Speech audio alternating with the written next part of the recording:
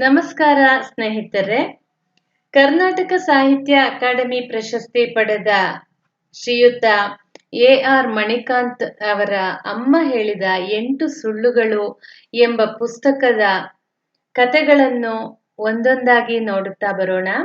ಈ ದಿನ ಕೋಪದ ಕೈಗೆ ಬುದ್ಧಿ ಕೊಡುವ ಎಲ್ಲ ಅಪ್ಪಂದಿರಿಗೆ ಈ ಶೀರ್ಷಿಕೆಯಲ್ಲಿ ಈ ಕಥೆಯನ್ನು ನೋಡೋಣ. ಶಿಕ್ಷಿಸದಿದ್ದರೆ ಮಕ್ಕಳು ಕೆಟ್ಟು ಹೋಗ್ತಾರೆ ಅಂಥದೊಂದು ಭಾವನೆ ಅಥವಾ ನಂಬಿಕೆ ರಾಮರಾಯರಿಗೆ ಮೊದಲಿನಿಂದಲೂ ಇತ್ತು. ಅದೇ ಕಾರಣದಿಂದ ಅವರು ಮಗನನ್ನು ವಿಪರೀತ ಶಿಸ್ತಿನಿಂದ ಬೆಳೆಸಿದ್ದರು. ಮಗ ಚಿಕ್ಕದೊಂದು ತಪ್ಪು ಮಾಡಿದರೂ ಸಾಕು, ಅವರಿಗೆ ತುಂಬಾ ಸಿಟ್ಟು ಬರುತ್ತಿತ್ತು. ಅಂತ ಸಂದರ್ಭದಲ್ಲಿ ಎಲ್ಲ ಎದುರು ನಿಂತ ಮಗನ ಕೆನ್ನೆ ಚದುರಿ ಹೋಗುವಂತೆ ಪಟಾರನೆ ಹೊಡೆದು ಬಿಡುತ್ತಿದ್ದರು. ಅದೇಕೋ ಏನೋ ಯಾವತ್ತೆಂದರೆ ಯಾವತ್ತೂ ಅವರು ಬೆತ್ತ ಮುಟ್ಟಿದವರೇ ಅಲ್ಲ. ಅವರದ್ದು ಏನಿದ್ದರೂ ಕೆನ್ನೆಗೆ ಹೊಡೆಯುವುದಷ್ಟೇ ಕೆಲಸ. ಹೀಗೆ ಚಟೀರನೆ ಹೊಡೆಯುವುದರಿಂದ ಮಗನಿಗೆ ವಿಪರೀತ ನೋವಾಗಿರಬಹುದು ಎಂದು ರಾಮರಾಯರು ಒಂದೇ ಒಂದು ಬಾರಿಯೂ ಯೋಚಿಸಲಿಲ್ಲ. ಬದಲಿಗೆ ಮಗನನ್ನು ಹೆದರಿಸಿ ಹೇಗೆ ಕಂಟ್ರೋಲ್ನಲ್ಲಿ ಇಟ್ಟುಕೊಂಡಿದ್ದೇನಲ್ವಾ ಎಂದು ಬೀಗುತ್ತಿದ್ದರು. ರಾಮರಾಯರ ಮಗನೇ ವಿನಾಯಕ. ಅವನು ಯಾಕೆ ಹಾಗಿದ್ದ ಗೊತ್ತಿಲ್ಲ. ಅವನು ಒಂಥರ ನಿಧಾನ ಪ್ರವೃತ್ತಿಯ ಹುಡುಗ. ಅವನು ವಿಪರೀತ ಬುದ್ಧಿವಂತ, ವಿಪರೀತ ಭಾವುಕ ಮತ್ತು ಸೋಂಬೇರಿ. ಯಾವುದೇ ಕೆಲಸವನ್ನೇ ಆಗಲಿ ಅದನ್ನು ಎರಡೆರಡು ಬಾರಿ ಹೇಳಬೇಕಿತ್ತು ಅವನಿಗೆ. ಅಪ್ಪ ಹೇಗಿದ್ರೂ ಹೊಡೆದೇ ಹೊಡಿತಾರೆ. ಹಾಗಿರುವಾಗ ಯಾವುದೇ ಕೆಲಸವನ್ನು ಹೇಳಿದ ತಕ್ಷಣ ಮಾಡಿ ಏನು ಉಪಯೋಗ? ಒಂದೆರಡು ಏಟು ತಿಂದ ಮೇಲೆ ಆ ಕೆಲಸ ಮಾಡಿದರಾಯಿತು ಎಂಬ ಉಡಾಫೆ ಅವನದು. ಮನೆಯಲ್ಲಿ ಮಾತ್ರವಲ್ಲ, ಶಾಲೆಯಲ್ಲೂ ಅವನು ಸೋಮಾರಿ ಸುಬ್ಬರಾವ್ ಆಗಿಯೇ ಉಳಿದು ಬಿಟ್ಟ. ಅವನ ದುರಾದೃಷ್ಟಕ್ಕೆ ಶಾಲೆಯಲ್ಲಿ ಕೂಡ ಕಪಾಲಕ್ಕೆ ಹೊಡೆಯುವ ಅಧ್ಯಾಪಕರೇ ಇದ್ದರು. ಇವನು ಉತ್ತರ ಹೇಳುವುದು 2 ಸೆಕೆಂಡು ತಡವಾದರೆ ಸಾಕು, ಕೆನ್ನೆಗೆ ಬಾರಿಸುತ್ತಿದ್ದರು. ಹೀಗೆ ಒಂದು ಕಡೆ ಅಪ್ಪ, ಇನ್ನೊಂದು ಕಡೆ ಗುರುಗಳಿಂದ ಪದೇ ಕಪಾಲಕ್ಕೆ ಏಟು ತಿನ್ನುತ್ತಲೇ ವಿನಾಯಕ SSLC ಮುಗಿಸಿದ. ಆದರೆ ಮೊದಲ PUC ದಾಟುವ ವೇಳೆಗೆ ಯಾಕೋ ಸರಿಯಾಗಿ ಕೇಳಿಸ್ತಿಲ್ಲ ಎನ್ನಲು ಶುರು ಮಾಡಿದ. ರಾಮರಾಯರು ಮೊದಲು ಅವನ ಮಾತನ್ನು ನಿರ್ಲಕ್ಷಿಸಿದರು. ನಂತರ ಹರಕೆ ಕಟ್ಟಿಕೊಂಡರು. ನಿಮ್ಮ ಮಗ 10 ಸಾರಿ ಕೂಗಿದ್ರೂ ಮಾತಾಡಲ್ವಲ್ಲ ಯಾಕೆ ಸ್ವಾಮಿ ಎಂದು 10 ಮಂದಿ ಕೇಳಲು ಶುರು ಮಾಡಿದರು. ತಕ್ಷಣವೇ ENT ಆಸ್ಪತ್ರೆಗೆ ಮಗನನ್ನು ಕರೆದೊಯ್ದರು. ಆಸ್ಪತ್ರೆಯಲ್ಲಿ ಮಾಡಿದ ಪರೀಕ್ಷೆಗಳು 1 2 ಅಲ್ಲ. ಹಾಗೆ ಏನೇನೆಲ್ಲ ಪರೀಕ್ಷೆ ಮಾಡಿದ ನಂತರ ಡಾಕ್ಟರು ರಾಮರಾಯರನ್ನು ಕರೆದು ಹೇಳಿದರು, ನಿಮಗೆ ಒಂದು ಕೆಟ್ಟ ಸುದ್ದಿ ಹೇಳೋದಿದೆ. ಕಿವಿಗೂ ಕಪಾಲಕ್ಕೂ ಮಧ್ಯೆ ಇವೆ ನೋಡಿ, ಅಷ್ಟೂ ನರಗಳಿಗೆ ದೊಡ್ಡ ಏಟು ಬಿದ್ದಿದೆ. ಅವು ಶಬ್ದವನ್ನು ಗ್ರಹಿಸುವಲ್ಲಿ ವಿಫಲವಾಗಿದೆ. ಅದೇ ಕಾರಣದಿಂದ ನಿಮ್ಮ ಮಗನಿಗೆ ಕಿವಿ ಕೇಳಿಸುತ್ತಾ ಇಲ್ಲ. ಈ ಹುಡುಗನಿಗೆ ಇಷ್ಟು ಚಿಕ್ಕ ವಯಸ್ಸಿಗೆ ಯಾಕೆ ಹೀಗಾಯಿತು? ಒಂದು ಸಲ ಅವನನ್ನೇ ವಿಚಾರಿಸಿ ನಂತರ ನಿಮಗೆ ವಿವರವಾಗಿ ಹೇಳುತ್ತೇನೆ. ಹೆದರಬೇಡಿ, ಸ್ವಲ್ಪ ಹೊತ್ತು ಹೊರಗೆ ಇರಿ ಎಂದು ಅವರು ಮತ್ತೆ ವಿನಾಯಕನನ್ನು ತಮ್ಮ ಚೇಂಬರಿನಲ್ಲಿ ಕೂರಿಸಿಕೊಂಡು ಕೇಳಿದರು.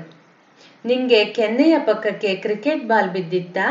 ಅಥವಾ ಖೋಖೋ, ಕಬಡ್ಡಿ, ಲಗೋರಿ, ಚಿನ್ನಿದಾಂಡು ಆಟ ಆಡ್ತಾ ಇದ್ದಾಗ ಕಲ್ಲಿನ ಮೇಲೆ ಏನಾದರೂ ಬಿದ್ದಿದ್ಯಾ?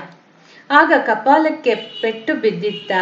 ಯಾವಾಗಾದರೂ ಆಕ್ಸಿಡೆಂಟ್ ಆಗಿ ಆಗ ಕಪಾಲಕ್ಕೋ ಕಿವಿಗೋ ಏಟು ಬಿದ್ದಿತ್ತಾ? ರಕ್ತ ಬಂದಿತ್ತಾ?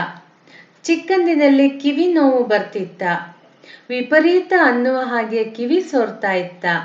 ಅಥವಾ ಕಿವಿಯಲ್ಲಿರೋ ಗುಗ್ಗೆ ತೆಗೆಯಲು ಹೋಗಿ ಚಿಮಟದಂಥ ಚೂಪಾದ ಕಡ್ಡಿ ಏನಾದರೂ ಚುಚ್ಚಿಕೊಂಡಿತ್ತಾ ಎಂದೆಲ್ಲ ಡಾಕ್ಟರು ಪ್ರಶ್ನೆ ಕೇಳಿದರು. ಡಾಕ್ಟರ ಎಲ್ಲ ಪ್ರಶ್ನೆಗೂ ವಿನಾಯಕ ತುಂಬ ಸ್ಪಷ್ಟವಾಗಿ ಹೇಳಿದ, ಇಲ್ಲ ಸರ್, ಅಂಥದ್ದೇನೂ ಆಗಿಲ್ಲ. ಬೇಕಿದ್ರೆ ನಮ್ಮ ತಂದೆನ ಕೇಳಿ ಎಂದ. ಡಾಕ್ಟರು ಹಾಗೆ ಮಾಡಿದರು. ಇಲ್ಲ ಡಾಕ್ಟ್ರೆ, ಇವನನ್ನ ತುಂಬ ಮುದ್ದಿನಿಂದ ತುಂಬ ಎಚ್ಚರಿಕೆಯಿಂದ ಬೆಳೆಸಿದ್ದೇನೆ. ಅಂಥದ್ದೇನೂ ಆಗಿಲ್ಲ ಎಂದು ರಾಮರಾಯರು ಹೇಳಿದರಲ್ಲ. ನಂತರದ ಒಂದೆರಡು ನಿಮಿಷಗಳ ಕಾಲ ಏನನ್ನೋ ಯೋಚಿಸಿದ ಡಾಕ್ಟರು ಚಕ್ಕನೆ ಕೇಳಿಬಿಟ್ಟರು, ಮಗು, ನಿಂಗೆ ಸ್ಕೂಲಲ್ಲಿ ಮೇಷ್ಟ್ರು ಅವಾಗವಾಗ ಏನಾದರೂ ಕಪಾಲಕ್ಕೆ ಹೊಡಿತಿದ್ರಾ ಅಂತ. ಡಾಕ್ಟರ ಮಾತು ಕೇಳಿದ್ದೆ ತಡ ರಾಮರಾಯರಿಗೆ ಮೈ ಮೇಲೆ ಹಾವು ಹರಿದಂತಾಯಿತು. ಅವರು ನಿಂತಲ್ಲೇ ಬೆವೆತರು. ಮಗ ಏನು ಹೇಳ್ತಾನೋ ಅಂದುಕೊಂಡು ಸಂಕೋಚ ಭಯದಿಂದಲೇ ಅವನತ್ತ ನೋಡಿದರು. ಅವನು ಒಮ್ಮೆ ನೇರವಾಗಿ ಅಪ್ಪನನ್ನೇ ನೋಡಿದ. ಇವರಿಗೆ ಬೀಸಿ ಕಪಾಲಕ್ಕೆ ಹೊಡೆದಂತಾಯಿತು. ತಕ್ಷಣವೇ ಬೇರೆಡೆಗೆ ಮುಖ ತಿರುಗಿಸಿಬಿಟ್ಟರು.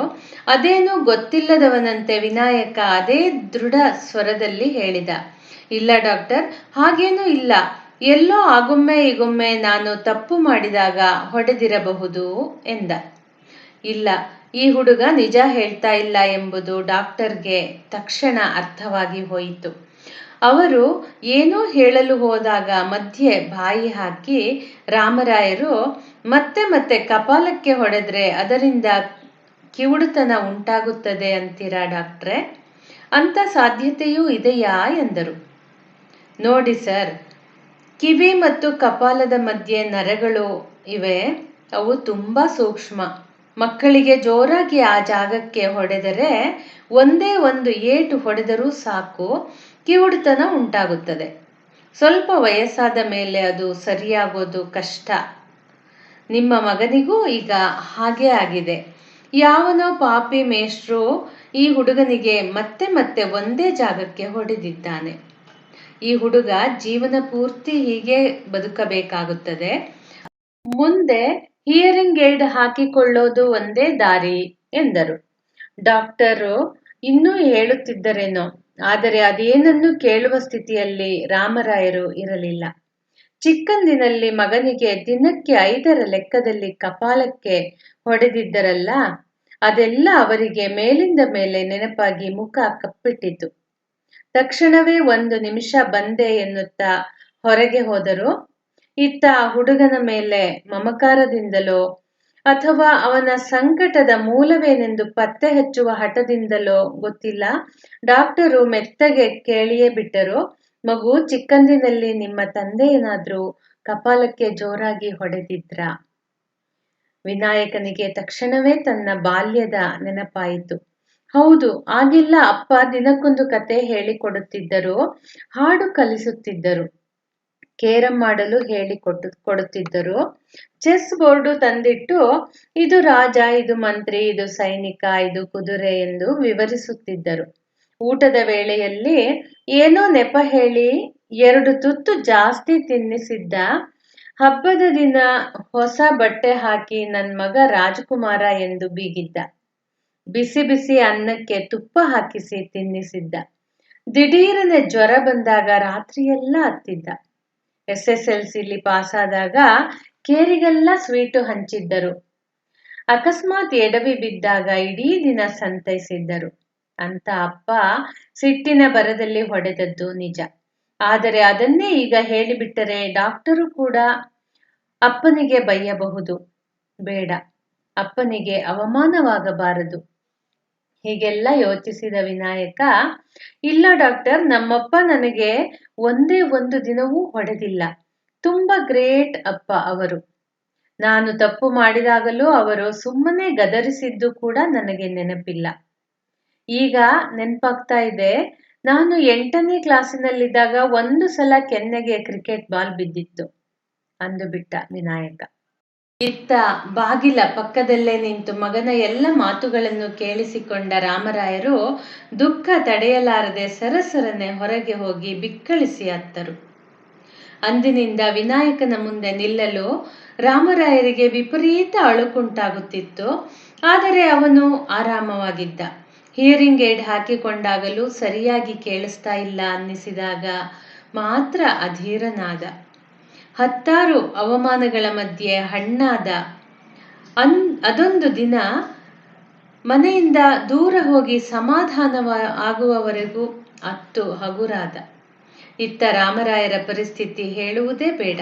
ತನ್ನಿಂದಲೇ ಮಗನ ಬದುಕು ಹಾಳಾಯಿತು ಎಂಬ ಗಿಲ್ಟ್ ಅವರದ್ದು.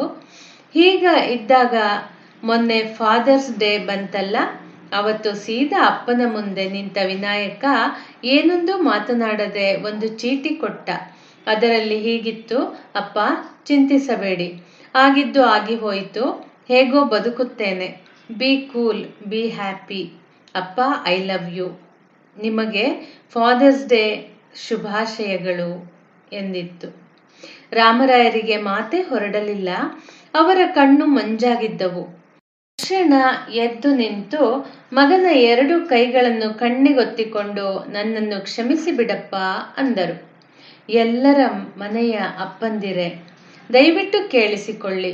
ಈ ಸಮಾಜ ಯಾವತ್ತೂ ಅಷ್ಟೇ ಅಂಗವಿಕಲರನ್ನು ತಾತ್ಸಾರದಿಂದ ನೋಡುತ್ತೆ, ಅಣಕಿಸುತ್ತದೆ, ಅವಮಾನ ಮಾಡುತ್ತದೆ. ಅದರಲ್ಲೂ ಕಿವಿ ಕೇಳೋದಿಲ್ಲ ಅಂತಾರಲ್ಲ, ಬಿಡಿ, ಅವರ ಬದುಕು ಬದುಕಲ್ಲ. ಅಂಧರಿಗೆ ಸಿಗುವ ಅನುಕಂಪ ಶ್ರವಣ ದೋಷ ಇದ್ದವರಿಗೆ ಸಿಗೋದಿಲ್ಲ. ಅದಕ್ಕೆ ಏನ್ ಮಾಡಿ ಗೊತ್ತಾ, ಯಾವತ್ತೂ ಯಾವುದೇ ಕಾರಣಕ್ಕೂ ಮಕ್ಕಳಿಗೆ ಕಪಾಲಕ್ಕೆ ಹೊಡಿಬೇಡಿ, ಹೊಡೆಯಲೇಬೇಡಿ. ಯಾಕೆಂದರೆ ಅಂತ ಒಂದೇ ಒಂದು ಹೊಡೆತ ನಿಮ್ಮ ಮಗುವಿನ ಭವಿಷ್ಯವನ್ನೇ ಅಳಿಸಿ ಹಾಕಬಲ್ಲದು.